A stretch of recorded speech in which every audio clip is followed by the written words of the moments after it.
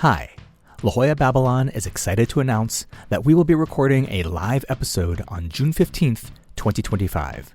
That's Father's Day. We'll be at Young Ethel's in Park Slope, Brooklyn, New York. The show is at 2:30 p.m. Please RSVP by writing to lajollababylon@gmail.com. Or just show up. It's going to get super uncomfortable. And Katie and I can't wait to see you there.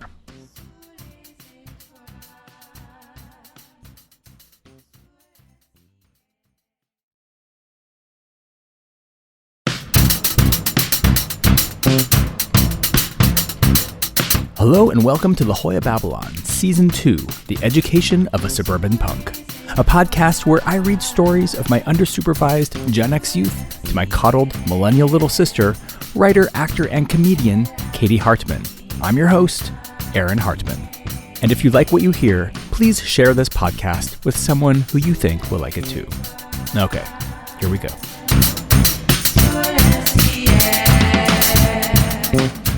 No, that's not what I was saying. You feel bad for them. You pity them. Welcome back to La Jolla Babylon. Need I remind you that our father had a comb over at one point? Season 2, Episode 9. He did? Sort of. What? Before his hair turned curly after chemo. What when his era hair was that? Straight. It was just a little. It wasn't like crazy. It just was like a little of a side part that was like a little ambitious. Oh yeah. Because I remember he started going to this one hairdresser. Dawn. Whoa. Her name was Dawn. Whoa, you know, was she Vietnamese? Ooh, no, I don't think so. Oh, I actually don't remember that part. Okay, but I remember she did something that he really loved, and I've got a feeling she would sort of let a certain section grow a little longer than maybe it should have. Yeah. I mean, I'm blaming Don, not our dad, but it's fine. We can blame our dad. He had that big, thick neck beard for a period of time. That's true. Bad choice. Bad choices. Thank God I wasn't born yet. I would have cried at him as a baby. I do love the thing that and I don't know if this is. I think this is like more of a modern men style choice, but just like the fucking shave, like, fuck it, I'm just gonna shave my head. Yeah. Like instead of because I feel like forever men who went bald would just sort of like let the hair around the down here. Yeah, the little like, halo. The halo grow as if and then like you wear a hat and you're like, oh, I'm fully headed, and then you take the hat off and you're like, was the neighbor in I Love Lucy, Fred Mertz. Fred Mertz. Nice. That was fast. Yeah, Fred and Ethel Mertz. That's the one. Yeah. And I love that men, probably in the 90s, just started like fucking shaving their heads. Yeah. You know what I mean? And because it actually looks so much cooler, Yeah, no, it looks, for the most part, people look way better. And to bring that story back around to our deceased father. Oh, bring it. Y2K, right? December 31st, 1999, right? Yep. Okay. Yep.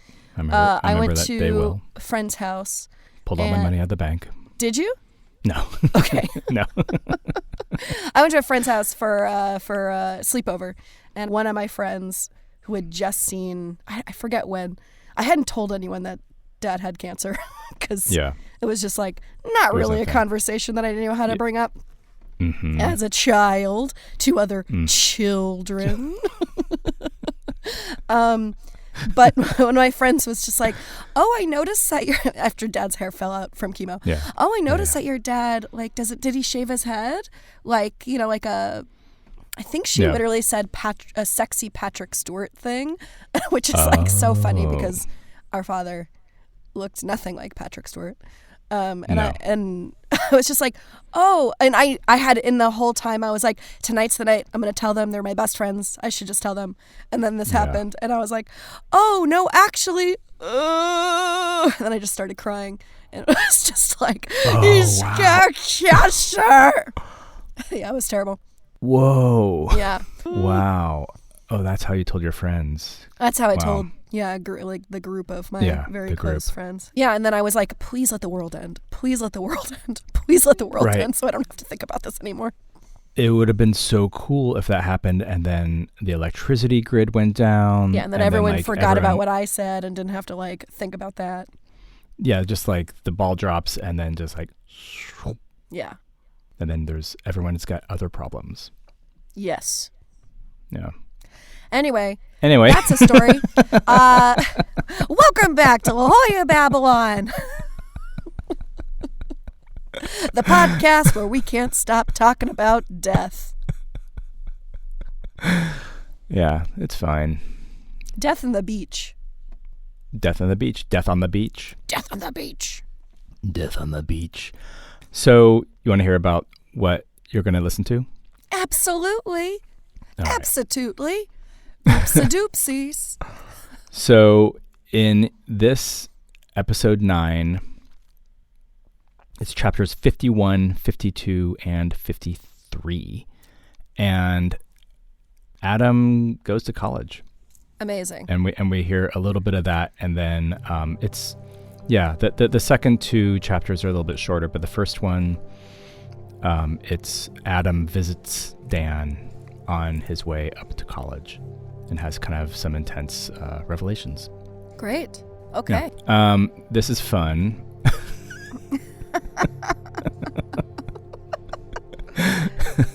Okay, I'm going to send you the stuff in a minute, and I will talk to you soon. Bye-bye. Bye.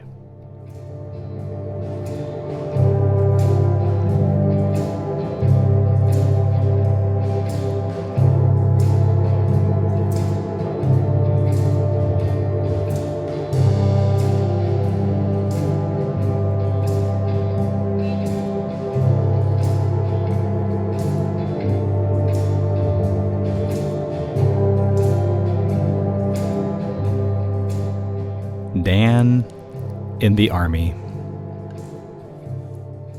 I was accepted to the most liberal college on the West Coast, and Dan was in the Army.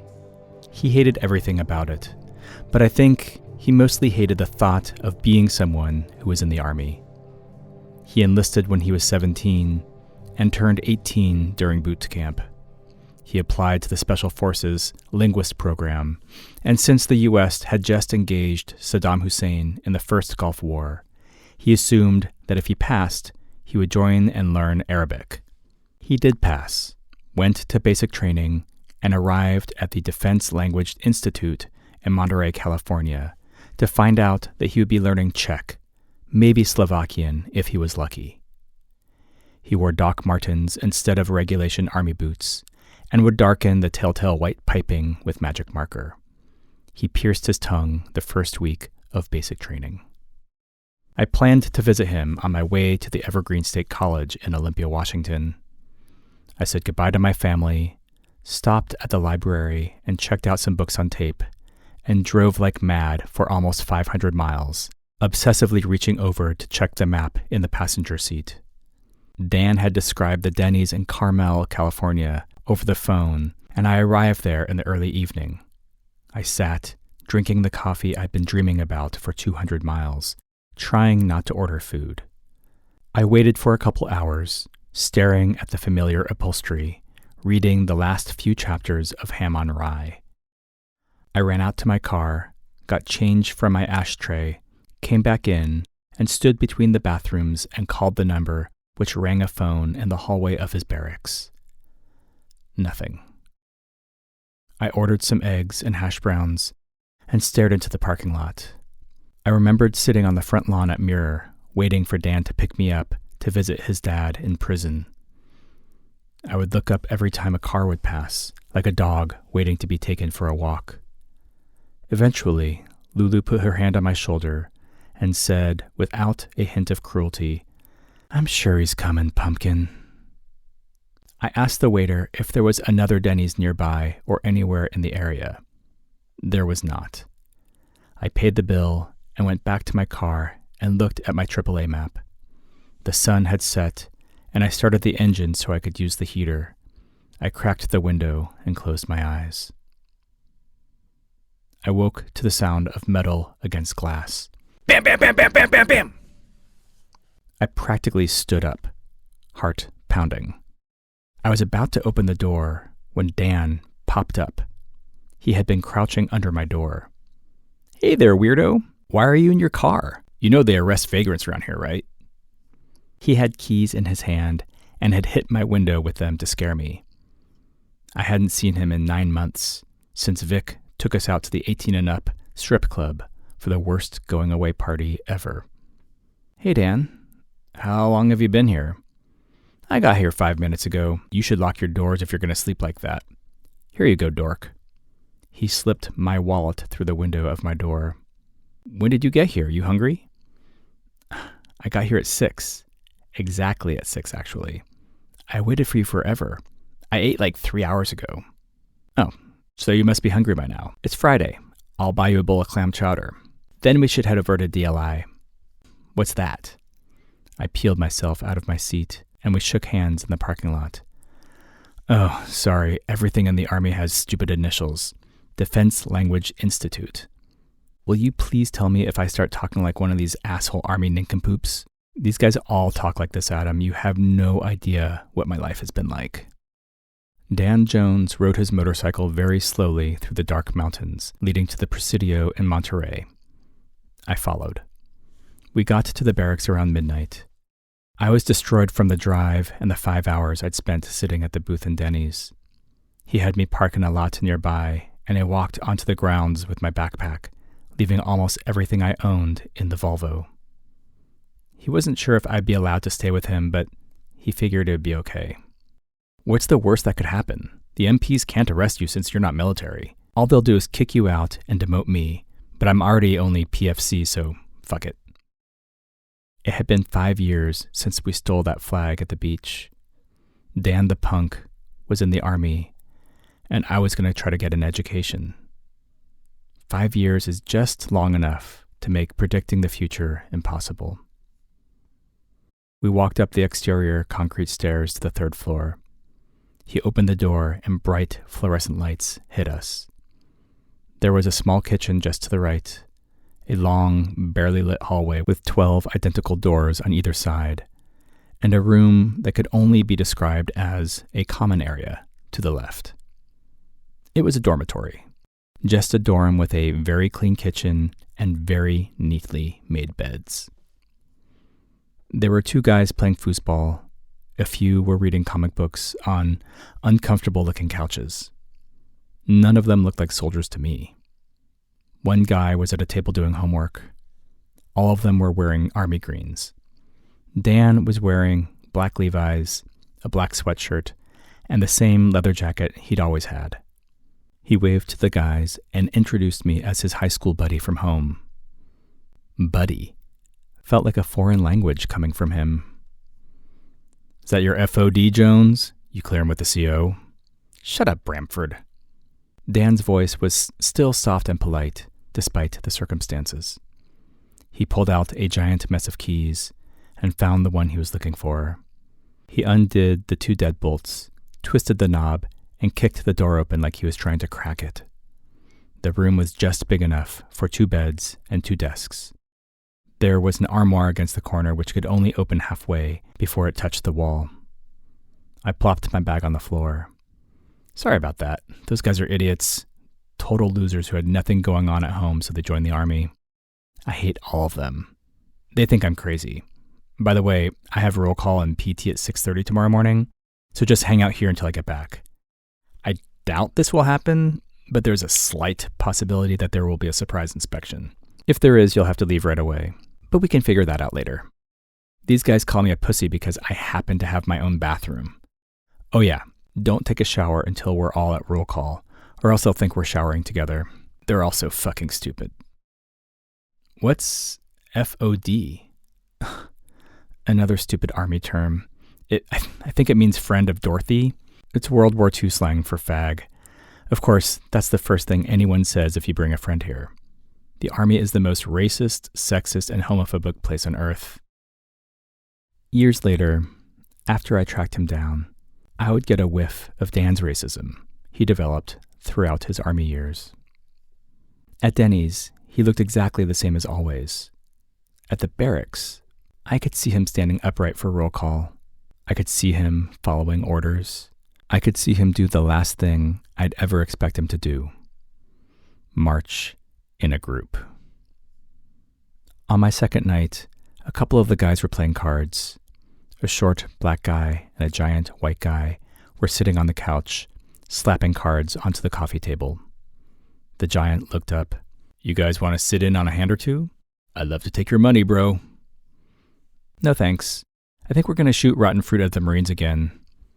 "Dude, you gotta wait till Hastings gets off watch. He'll crucify all of us if he catches you. He's done at 6. Just wait a half an hour. I bet he'll fucking help you, bro. Just wait till he's not on watch." Even if someone sees a windshield cave in from the impact of a flying grapefruit, they'd never suspect us. It'd be inconceivable. They'd be more likely to think it fell out of a passing airplane than from up here. At exactly 6 o'clock, Dan walked to the front door of the barracks and leapt up.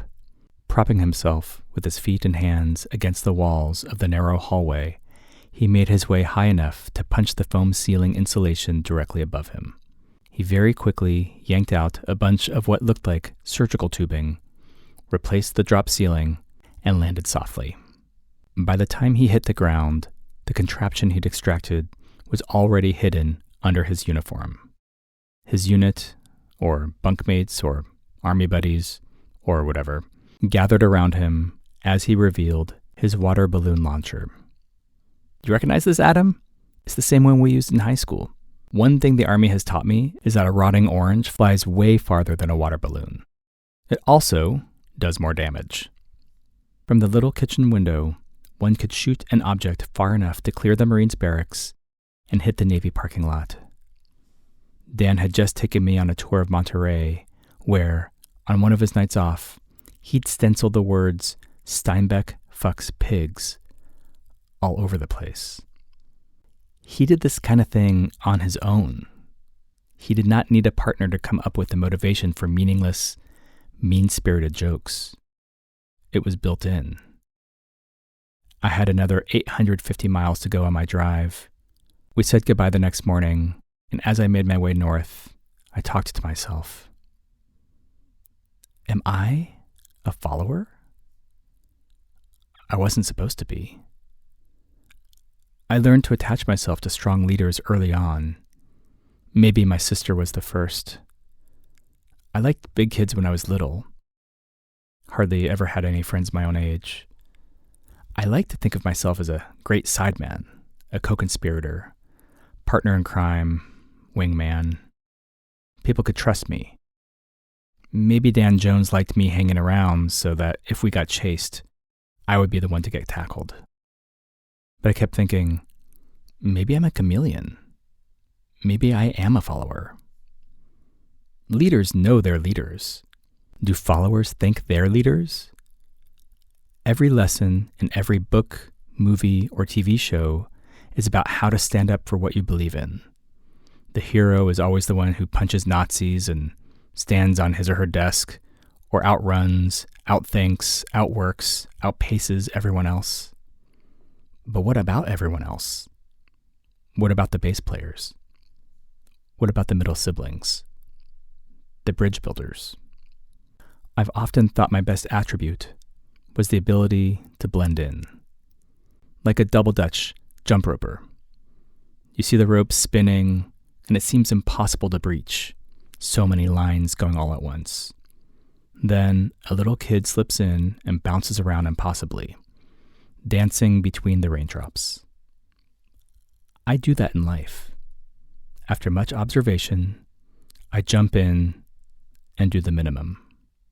I won't get caught up in the ropes, but no one's going to make a movie about my skills, and I wouldn't let them if they wanted to.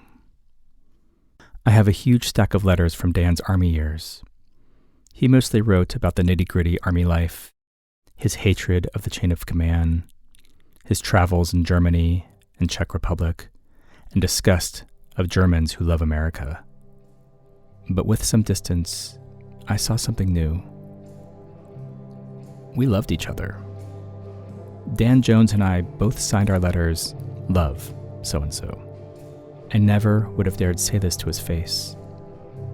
Rereading his half of our correspondence, I got the feeling that Dan would sometimes write a letter just to be able to tell me he loved me at the end.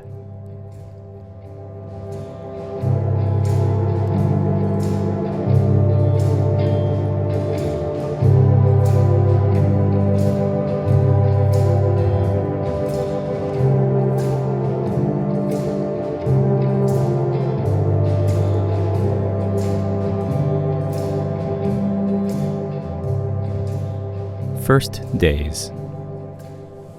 I felt the first hint of what a real autumn might be like during orientation week. I saw huge slugs all over the place. Spider webs were being built on nearly every branch of every tree. Fellow students hacky-sacked and frisbeed until the field was too dark and mushy to do much more than smoke pot. We had no grades and no required courses. I leaned toward filmmaking and sound recording, but I left enough room for political theory and Indonesian kung fu. We were tucked away in the southernmost corner of the Puget Sound in Olympia, Washington, the Evergreen State College. We were known as a breeding ground for environmental terrorists and award-winning cartoonists. I tried to balance my dueling urges to keep to myself and become a fantasy version of myself.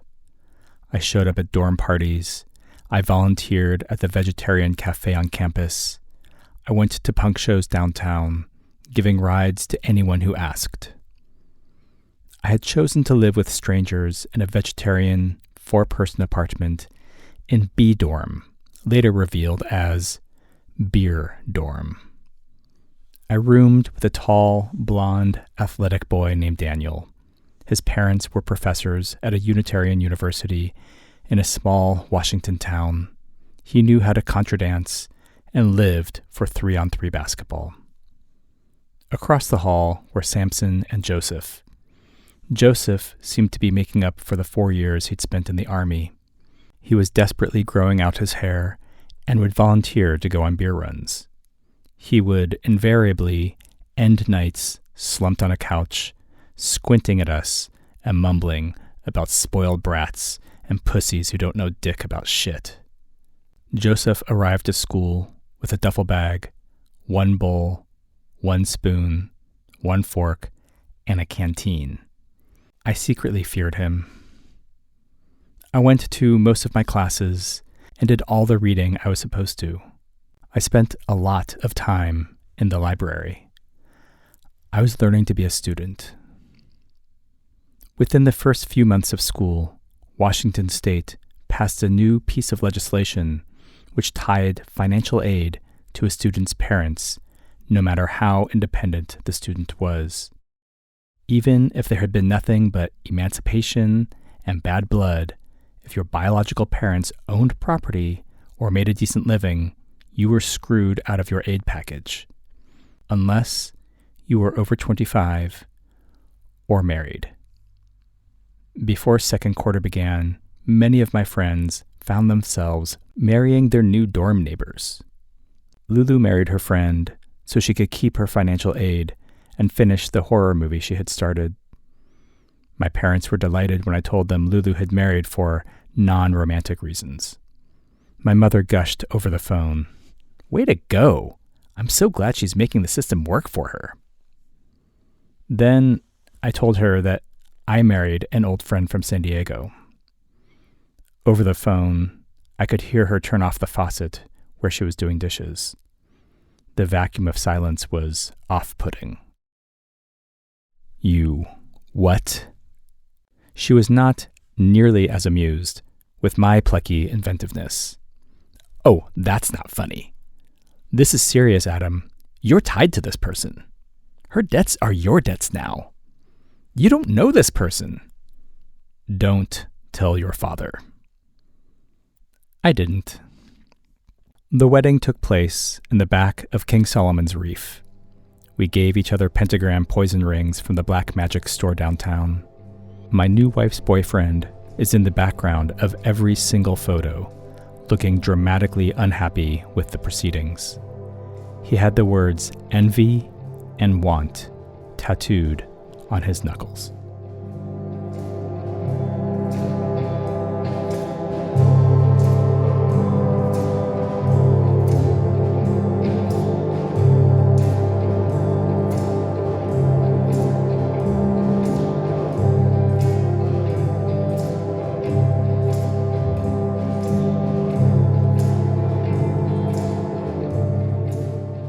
Getting the base. I began exploring the different perks Evergreen had to offer. The Conn building had an instrument room that was open to all students. You could check out anything: vibes, French horns, and any one of 3 upright basses. All you needed was an ID. I started dragging a bass into a soundproof practice room on the 3rd floor. I could play for about 10 minutes before my wrists, forearms, and fingertips screamed in pain. But I loved every second of it. I would play a blues shuffle, just trying to figure out where to put my fingers, how to hold the thing up without toppling over. One of the girls across the hall in B dorm knocked at our door. "Hey, how's the bass going?" "Fine, I guess. I'm not exactly good, though. You know, I played bass in the high school orchestra in Tacoma. I graduated early so I could go to Russia for a year, and they never asked for the bass back." What do you mean?" "I stole a bass from Tacoma High School 2 years ago, and it's just collecting dust at my mom's house. Hey, I have a favor to ask. I need to go up there to vote tonight before 8. Can you drive me? If you do, I'll give you my old bass." And so it was. I drove someone whose name I no longer remember 25 miles, waited in my car outside of a church, drove another 5 minutes to her childhood home, waited outside and watched her walk across the street, expertly carrying the bass that would change my life.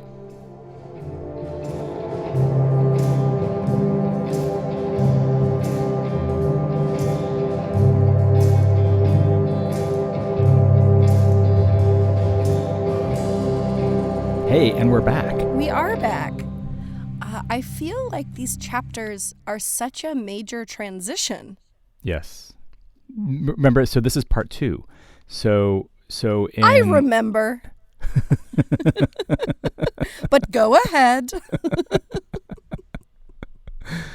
No, I was just going to say that, yes? So as I was writing this, I separated out part 2, and the part 2 is called Evergreen. Got it. So we are now in Evergreen. Yeah, we're now in collage. If you know what I'm saying. Yeah. Yeah. Oh, I know what you're saying. I'm picking up what you're putting down. Yeah. So welcome to part 2, and it's really, it's probably the last really third of this book that we're in right now. But yeah, so Adam has left California. Yeah, it's kind of amazing. Yeah, the sitting at a Denny's is a real throwback. Sitting at Denny's with no phone. Yeah. Not a lot of money. Not a lot of money. Payphones, long distance payphone calls. Yeah. Oh my God. Because if you're one town away, it's a long distance call, right? Yeah. Yeah. And yeah. and I can't remember, but I think local calls were probably 25 cents, and anything outside of I can't remember really how it worked actually, but I think, you could try to make that call, and if it was outside of the free zone, then a voice would say you need an additional 10 cents to make that call. Yeah, or something like that. Or something like that. Yeah, yeah. And if it was outside that zone, then I think it was 50 cents to make if you want to call New York or something. Did you send me that Instagram reel, or maybe I just saw it where it was why Gen X people are like so out of touch with their parents was that when they moved away, that calling long distance was so expensive that they never really caught up with each other? No, I didn't send that to you, but yeah, correct. Yeah. That's interesting. Yeah. Wow. Huh. I mean, obviously it's just one part of many parts, but Yeah. That and the emotional distance. Sure, which is even more expensive to broach. Yeah, because that's an hourly thing. Yes. That's an hourly rate. That insurance Sure doesn't is. always cover. Yeah. I mean, I even this is not interesting. Never mind. I'm not even going into it. Doesn't matter. Let's only say interesting things on this podcast starting now. Starting now. Starting now. Did you know that elephants grieve? Okay, but you make a joke, but do you know that my mom had a boyfriend once who wanted to buy some elephant skinned boots, but because elephants are this endangered animal, like California wouldn't let those boots be imported into his house in San Diego, so he asked her to have the boots sent to me in Oregon, and I would like bring them down in my luggage next time I went to San Diego to visit my mom. Oh my God! The answer was no. Yeah, I know. Is that crazy? That is the most crazy. That's the craziest ask. Yeah. So that's the guy who I wouldn't let come to my wedding. Oh, okay. Yeah, that's fine. Okay. Honestly, though, like I know. I totally elephant just, like, skin boots. I know. I just totally derailed your train of thought, but no, that's okay. That's elephants grieve. I was like, no, I had no thought. No, but the thing is that request was really on the heels of there was some huge, I want to say New York Times or New Yorker article about elephants grieving, and the whole thing was like, elephants can, they can tell who's walking towards them from a mile away just by the vibrations of the hoof prints and all that, or the footprints. No, it's a real thing. It's a real thing. That is, oh my God. So everyone was talking about how elephants are these like extra special beings, and then within, I want to say, like a week of reading that, hey, can I wear some extra special beings on my feet? The government in my state says no. Will you? Yeah. Your state's more like about rugged individuality, so like, Dang, that's so funny. Okay, so well, please say what you were gonna say. Okay, well, no, I didn't. Whatever. But I did have a question in terms of this first story with Dan Jones in the Army, and sort of how you ended it in terms of like, that you guys really loved each other, and that this is, I don't know. And I forget if I've asked you this before, but you don't know if he's listening to this podcast.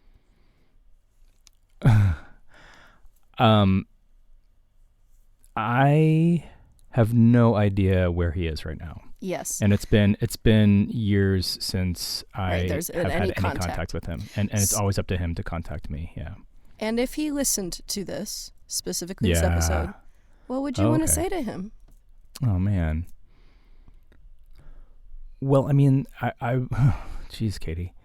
We could go back to talking about elephant skin boots. You're an asshole.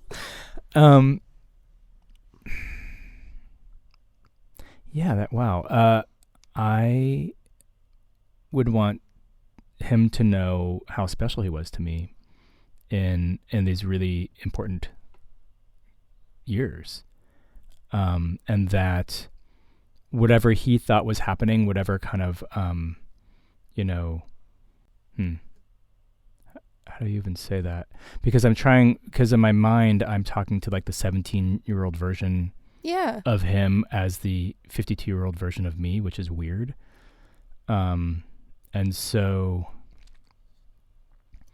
yeah, just like that our friendship meant a lot, and that I know that things end, and relationships and friendships end, and it's probably good and important that people can move on from each other, and they're like, when people's lives can kind of converge in these important moments and kind of have these big impacts, it can really change someone's life, and then when you are no longer kind of have that kind of important impact on each other, it's okay to move on and be your next version of yourself.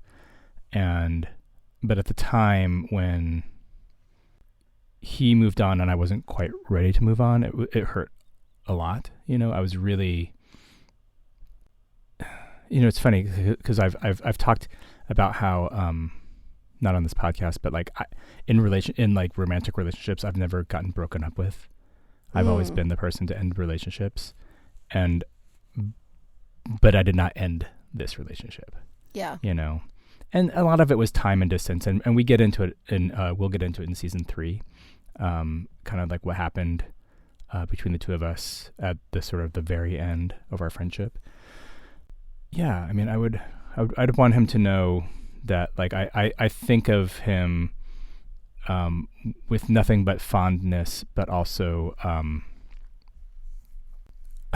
if I was my parent at the time and I knew what was up between us, I would be real fucking concerned. He would buy gunpowder and an underwater fuse, and put the gunpowder in little plastic bags, and then duct tape the fuse to the plastic bag and light the fuse, and throw these like cute little bombs into the street. Oh my God. Like he he was dangerous. He was like legit dangerous, but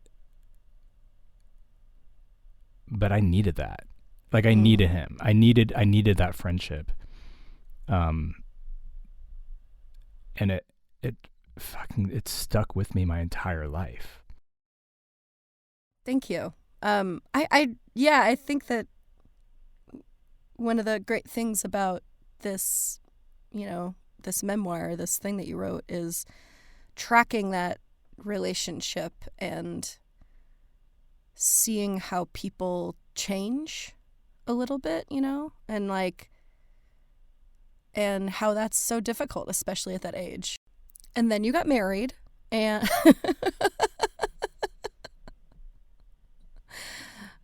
but I thought that you got married because of a green card thing. Yeah, so that was Lulu. That was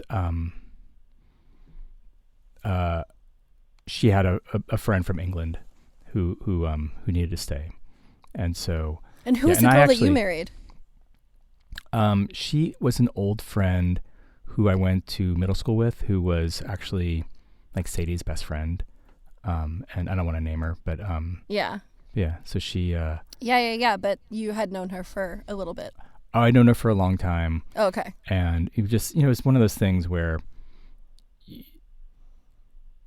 everyone was doing it. Well, I mean, it seemed practical at the time. Seems like it worked out. No, it was great. It's also just funny that Sadie was just like, get everyone up here. Like, everyone needs to come to Evergreen. There's a little bit of that, yeah. Yeah. Yeah. I mean, it wasn't so much her force of personality, but because it was, like, in my little scene in San Diego, I mean, there were like, it was really just, as I said before, just Evergreen and Santa Cruz. Right. No one was really ambitious enough to like really apply to college, Where's the loosiest, goosiest school I can go to? Yeah. Who would take someone from a high school with no grades and who also just GED? I didn't graduate. I GED'd. Oh, yeah, I know that. That's the one thing I know. That's the one thing. Yeah. That's the only thing. Yeah. And then I love the setup to the bass. I love that. Yeah. That's fun. Yeah. Sometimes things just sort of plop in your lap and you're like, oh, here it is. Totally. Yeah.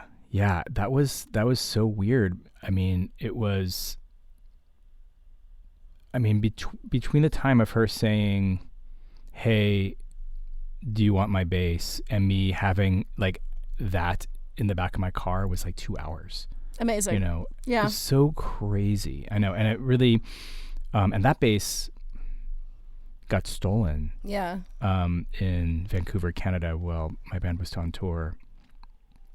And the story with that is, you know, it was a K kind of student bass. It was not a fancy, upright bass, but still, I mean, like every upright bass is a little bit fancy. Yeah. You know what I mean? Yeah. But I had super nice pickups on it, and it you know, I had my thing going, and we had played a show in Vancouver, and then parked the van kind of in the middle of like the bustling downtown area, got brunch, came back to the van, and the windows were basically gone of the van, and they'd stolen a bunch of our stuff, and so, you know, this is an upright bass. You can't hide it in your pocket. And so we were just asking people, hey, have you seen somebody walking around with an upright bass?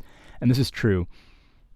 We were parked more or less in front of like Symphony Hall or whatever it is in Vancouver, BC.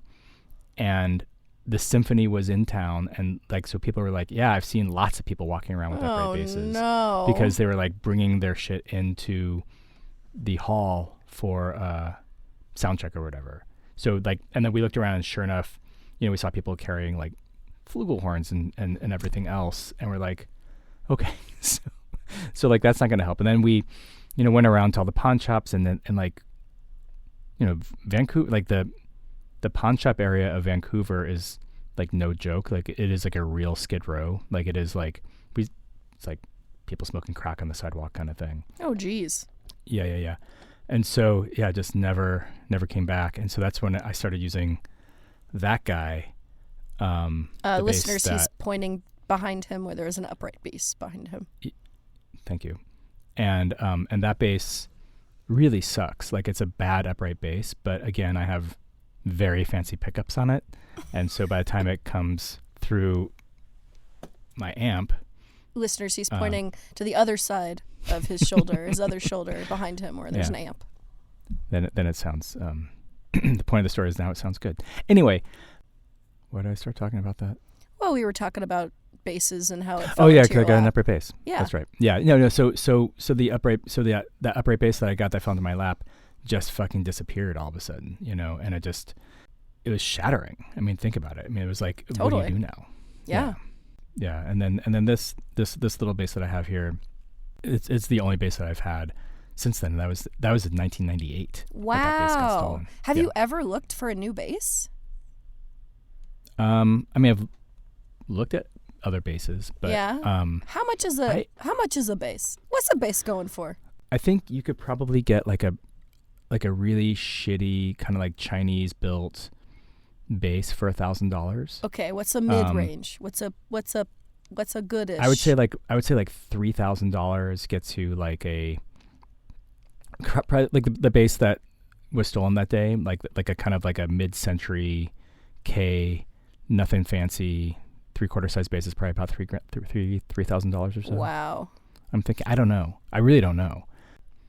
I do like how you put the contrast of your mom. Oh, my mom. Yeah. Saying like, oh, good for her. That's a very industrious thing to do or whatever. And then the flipping on you. Yeah. And actually, so for years, I never told Dad.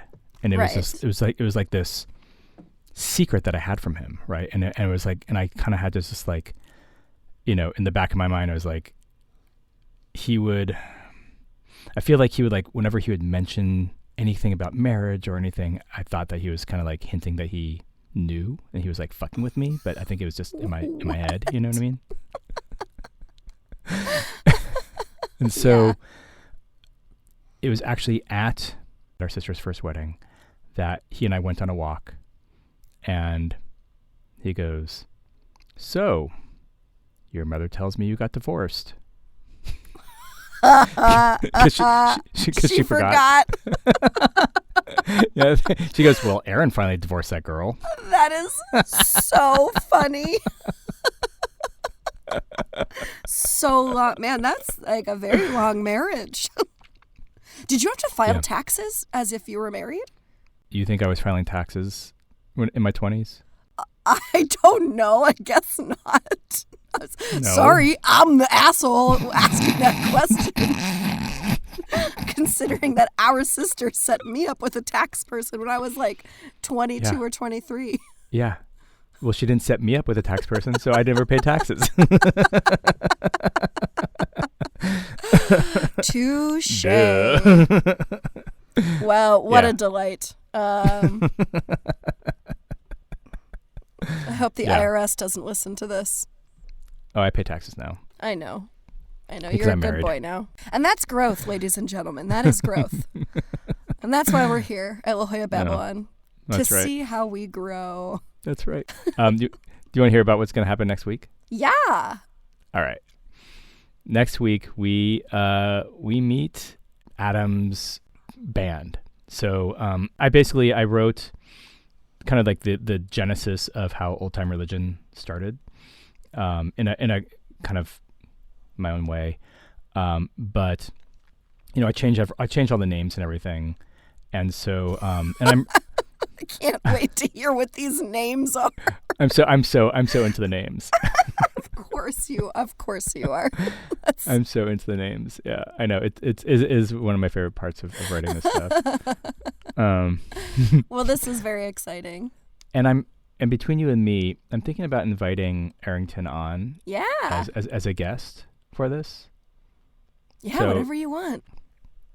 Okay. It's your podcast. I'm just living in it. So we're going to be closing out season 2 next episode. Yeah. Which is crazy. Crazy. I mean, I know.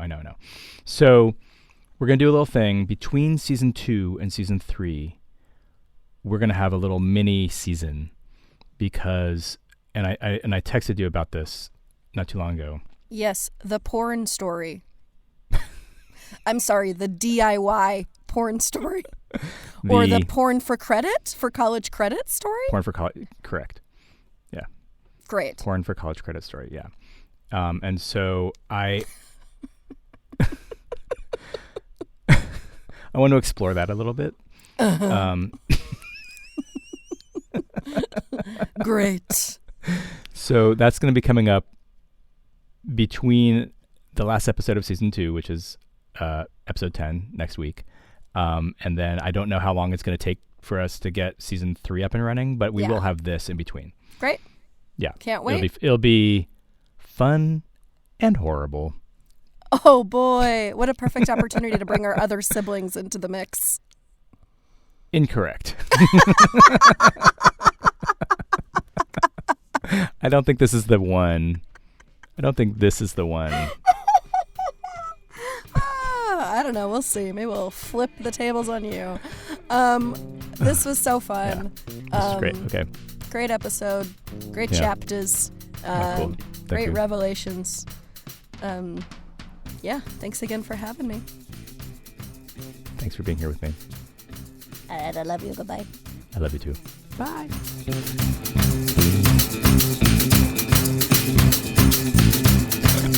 Hey, can I wear some extra special beads on my feet? The government in my state says no. Thank you so much for listening all the way to the end. We'd love to hear from you. You can find us on Instagram, or you can send us an old-timey email at lajollababylon@gmail.com. If you like what you heard, please subscribe so you don't miss an episode. Your 5-star rating will help others find this fucking podcast. Please check out the show notes for links to Katie's comedy, the music you heard, and a complete transcript of the show. La Jolla Babylon Season 2, The Education of a Suburban Punk, was written, produced, and edited by Aaron Hartman, with music by Aaron Hartman, co-piloted by Katie Hartman. Presented in association with Ruinous Media. To hear more episodes of this show or other Ruinous Media podcasts, please go to ruinousmedia.com or wherever you get your podcasts.